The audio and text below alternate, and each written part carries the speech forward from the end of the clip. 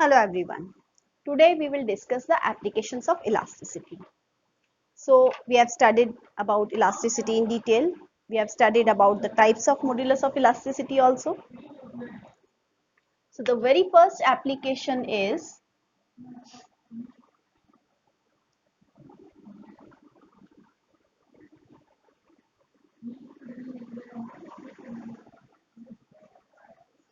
the girders are made eye-shaped of bridges, eye-shaped. So let's understand that if you have a bridge for this gap, then we know that this bridge has to be this much long, so you can say that this length is fixed.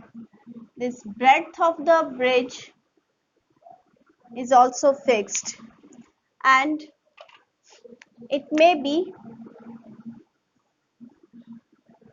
of thickness this much, that is B. Y is the Young's modulus of the material of this bridge. Then we know that under the effect of weight, what happens?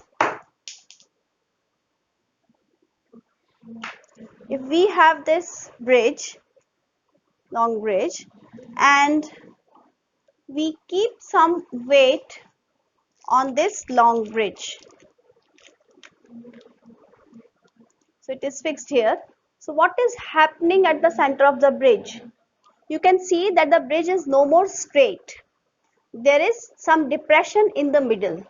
So this depression is denoted by delta. We want the bridge to remain straight even if very heavy traffic is there. So the formula which gives this depression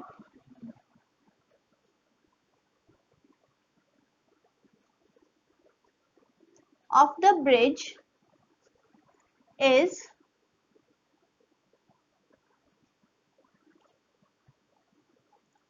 mgl upon 4bd cube y. Mg is the weight of the material plus traffic, L is the length, B is the breadth of the bridge, D is the depth of the bridge, and Y is the Young's modulus, right? So L length, B breadth, D depth of the bridge,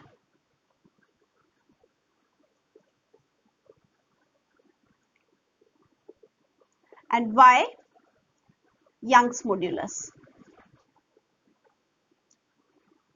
of the material of the bridge, and M mass of traffic and material of bridge, right? So from here we want this delta to be least. So for delta to be least,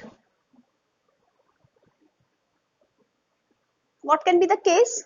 The traffic must be less, that is beyond our control. Length should be less, this is also beyond our control. Breadth, whatever is required, so this is also beyond our control. So depth of the bridge while making it can be considered, and this is varying with third power of the depth. So you can say that delta is inversely proportional to the depth cube. Fine with it. Selection of the material, low Young's modulus, high delta, and high Young's modulus, less delta. But this is the factor which is affecting more. Now let's think about this. For this, the cross section of the bridge is this. Here the D is this much.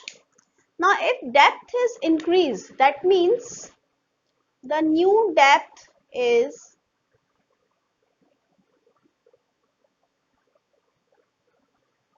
suppose this much. Now what happens is that when we increase the depth, Suppose this is the depth now, compare it with this. Now under the effect of the heavy traffic, what happens is that the shape of the bridge changes like this if the depth is very high. So this phenomena is called as buckling. So we can say that this results in buckling.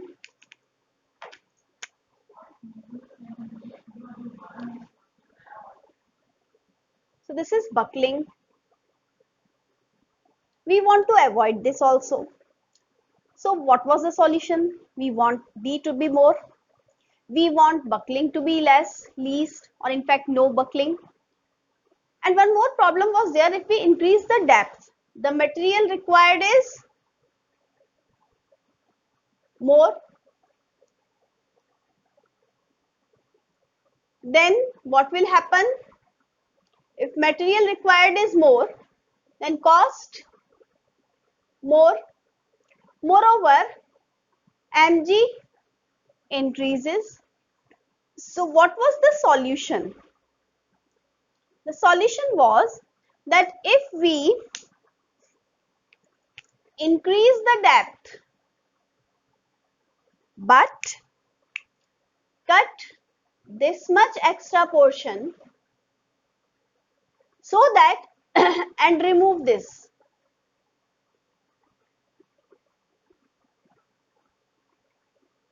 So this shape is now I-shaped with more depth and more load bearing surface area. So I shape provides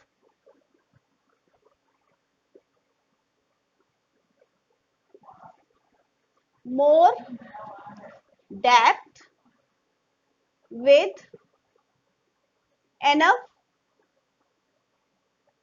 load bearing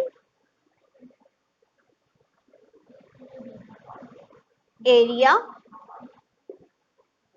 That's why the girders are I-shaped. You must have seen these girders in the homes of early times when we have stone ceilings, right? So this was the first application. Second application we'll write on the next slide.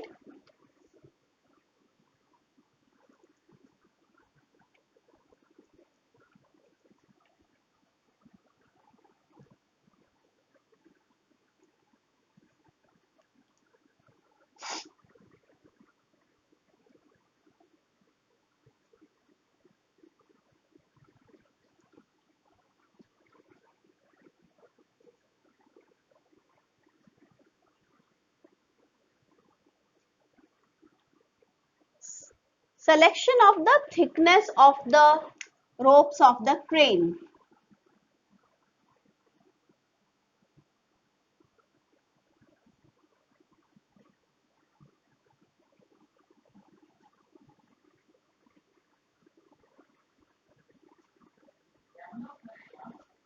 We know that crane is used to lift heavy objects. So here the selection of the thickness is done on the basis of two factors. First is the material which we are selecting. So that means we are considering its ultimate stress, how much it can bear. Second thing is the factor of safety. These two factors are kept in mind while selecting the thickness of the ropes. Now we know that we don't want the rope which we are taking for lifting the heavy loads, we don't want it to be deformed. So for no deformation, the maximum stress must be less than equal to its elastic limit. We know that at elastic limit, if we remove the deforming force, the wire regains its original shape and size. So we know the formula that the stress is force upon area. Here if we want to lift 10 to the power 4 kg, we make it for 10 to the power 5 kg.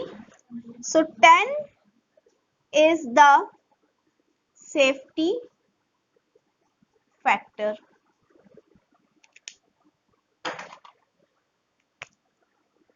And ultimate stress, the stress which it can bear is for steel is 30 into 10 to the power 7 Newton per meter square.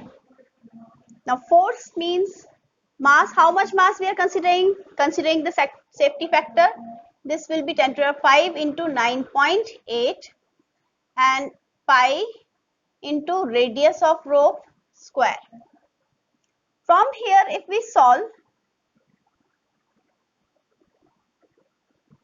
by putting these values, R nearly comes out to be 0.032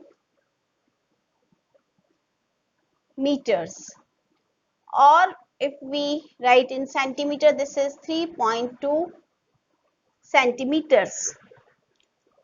And we know that a single rope of radius 3.2 centimeters, that means this much diameter, is not actually rope. Its flexibility will be less. So therefore many thin ropes are braided together like this. Suppose we have this thin ropes and then these are braided together to make a thick rope of radius 3.2 centimeters. So this way these are braided together to get a thick rope of more flexibility. So I'll just mention it. For more flexibility,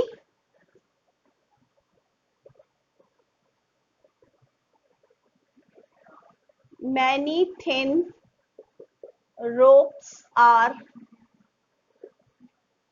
braided to make a thick rope, and this is for steel. Why? Because steel does not get rusted easily. So steel ropes are taken. Now let's take the last application which is there in our course, the maximum height of mountain.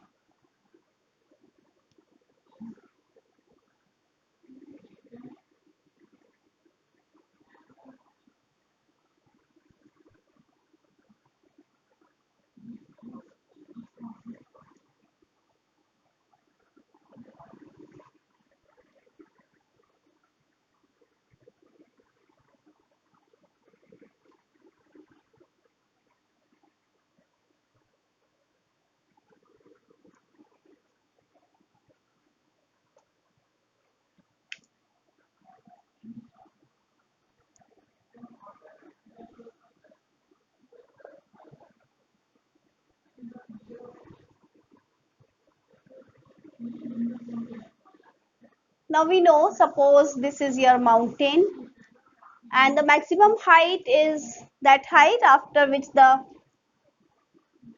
mountain does not flow and there is no rock falling. So here you can say that this is the height if the average density of the material of the mountain is 10 to the power 3 into 10 to the power 3 kg per meter cube, and the pressure which it can withstand is 3 into 10 to the power 8 Newton per meter square. We know that the pressure at base will be H rho g. So pressure, that is the ultimate stress of rocks without flowing. Okay, so this is H rho g. So H will be P upon rho g.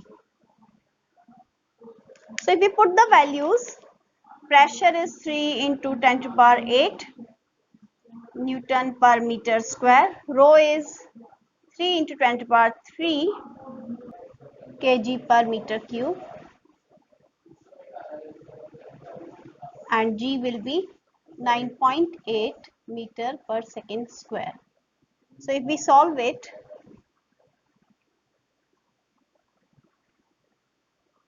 it nearly comes out to be 10 to the power 4 meter. And we know that the Mount Everest has a height of 8,848 meter. So which proves that the height of the tallest mountain is less than this value, which is possible according to the concept of elasticity. So that's all for now. Have a nice day.